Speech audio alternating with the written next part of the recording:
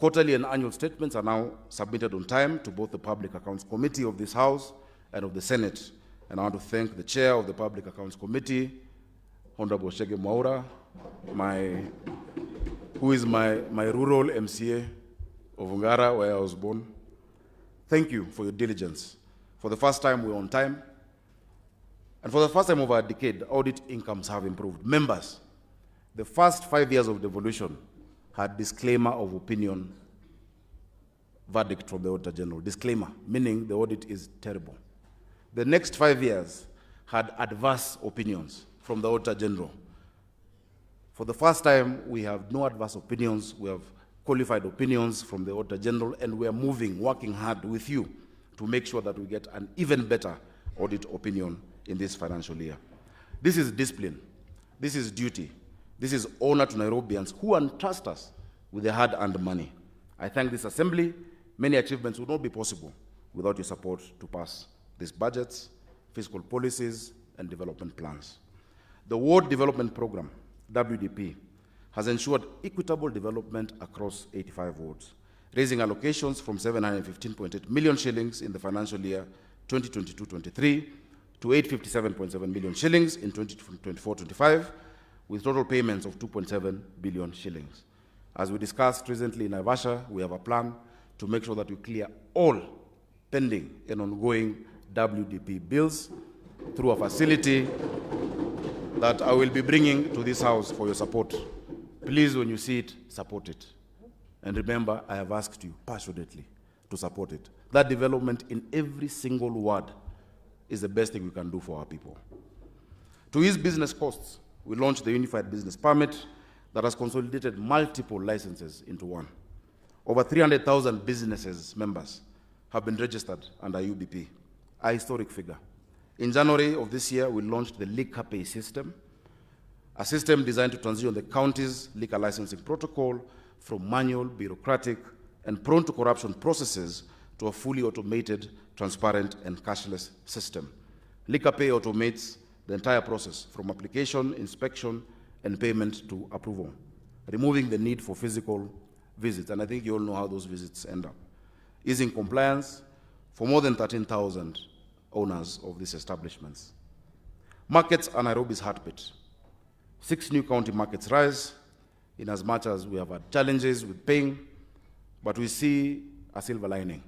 Mutuini is at 85%, Kawes and Juju at 65%, Karen at 40%, the Mira market at 15%, Dandora East at 5%. With what we agreed on, we must conclude these markets. We have invested in improving the state of the current ones. A cold storage pilot at City Park Market of Honorable Few supports 5,000 traders to preserve their fresh produce for longer. The same will be rolled out in every single market in our city. Childcare facilities now allow our mothers to trade in peace, to ease movement and to decongest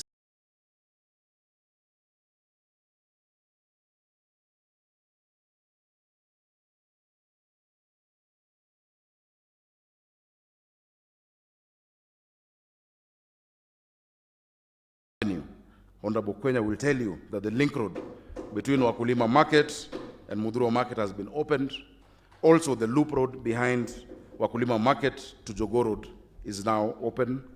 150 modern kiosks across 6 wards have been constructed, and there is more that I hope we can do this year. We must finish each and every project that we put our mind to. Ladies and gentlemen, infrastructure is the backbone of a thriving city. We are upgrading roads, pavement, ramps, streetlights, stormwater drain. Work is ongoing along key corridors, including Moi Service Lane, City Hallway, the Archives area, Taifa Lane, by replacing old pavements with durable, high quality and modern curb paving, placement of dust bins, installation of ramps to accommodate persons living with disabilities. Modern streetlights have also been installed.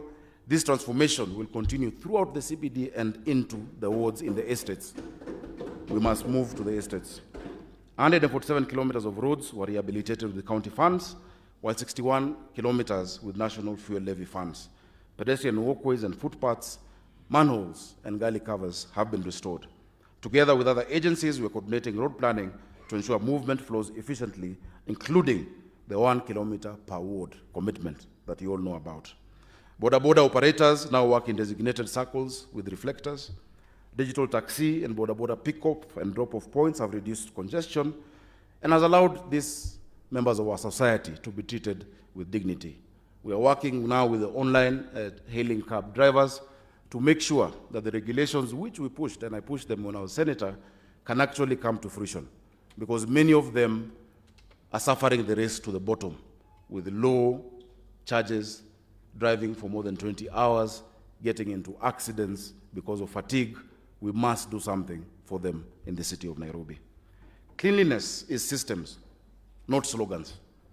We are putting these systems in place, and I want to thank you for your support. 4,500 Green Army workers are now permanent. I'm sure you know them. I am sure they are not strange to you.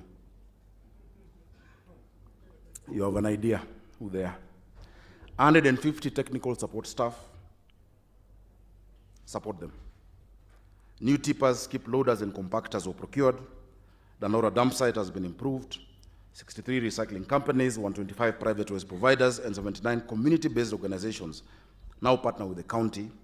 1,000-liter bins have been installed in Starehe, Dagoretti North, Westlands, Kamkunji, sub-counties, and in our parks, and we continue to install them. Integrated waste transfer stations are coming, and that is a partnership that we're proud of. We shall have that integrated end-to-end waste management system where the national government will support a third of it and we do 2/3 of it. That is the kind of support that we require in this city. Water distribution, and I will speak more about it towards the end, is a test of government competence. We increased the capacity of our water by 140 million liters per day through the Northern Collector Tunnel. You all know that Nairobi is water scarce. When I got into the office of governor, we had only 525 million liters a day against a demand of 970 million liters a day. Nairobi has no source of water within the city.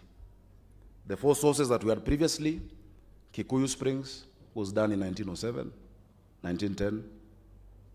Ruiru Dam was done in 1928 by the colonialists. Sasumwa was done in 1956, that gives us 60 million liters of water every day. Ndakaini was done in 94 to 97, that gives us 84% of our water. And it was targeting the population of the year 2002.